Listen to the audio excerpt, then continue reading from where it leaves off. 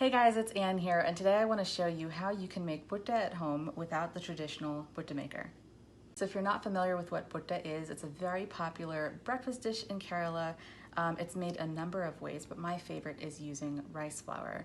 One of the questions I get asked a lot is, how can I make putta without owning one of the putta makers? And while you can get these on Amazon, I thought I would give myself a challenge and show you how you can make this using things that you might already have in your kitchen.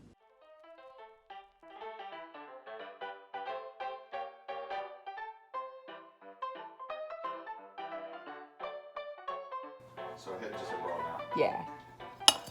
No.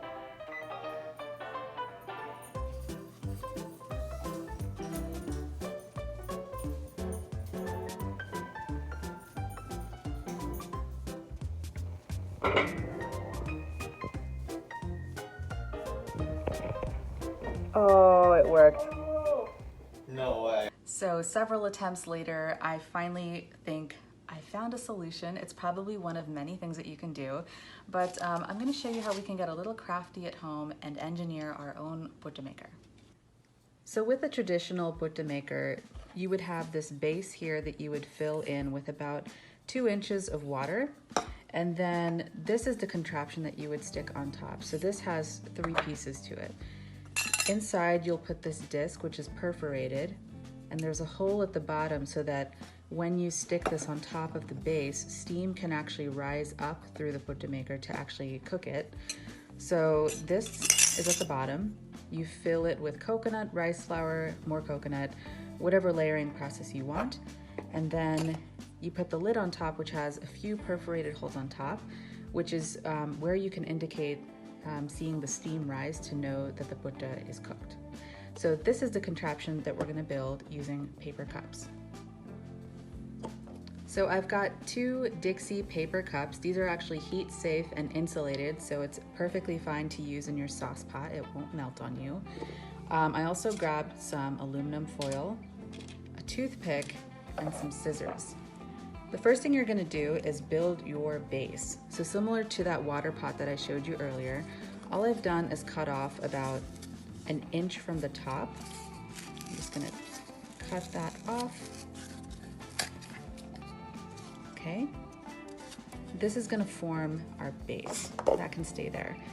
The next thing we want to do is make sure that the cup actually fits inside nice and snug, because we want as much steam as possible to trap underneath here and rise up and cook our putta.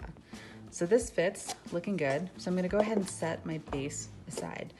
Now I want to focus on mimicking those perforated holes at the bottom of my cup. So I'm going to use my toothpick and poke about 10 holes inside.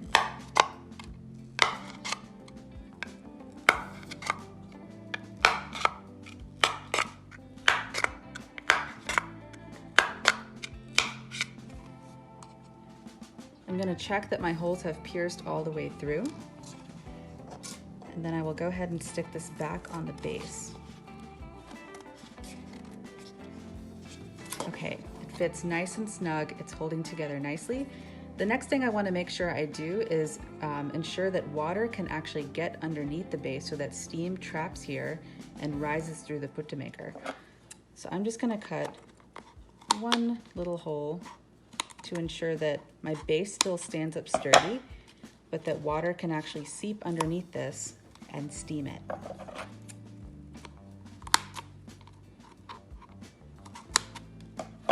So I've just cut a divot on each side so that water is going to be able to sit underneath this and rise up. The last thing we'll do is we'll fill this with putta and put our aluminum foil on top to mimic the lid. So I'm going to make sure that this aluminum is as tightly sealed as possible. Like you said, you want to trap all that steam. And then I will just poke 3 holes. 1, 2, 3. So now when I cook this on the steamer, I will watch these 3 holes to see if steam actually rises from the top to know that my putta is done. So let's give it a test.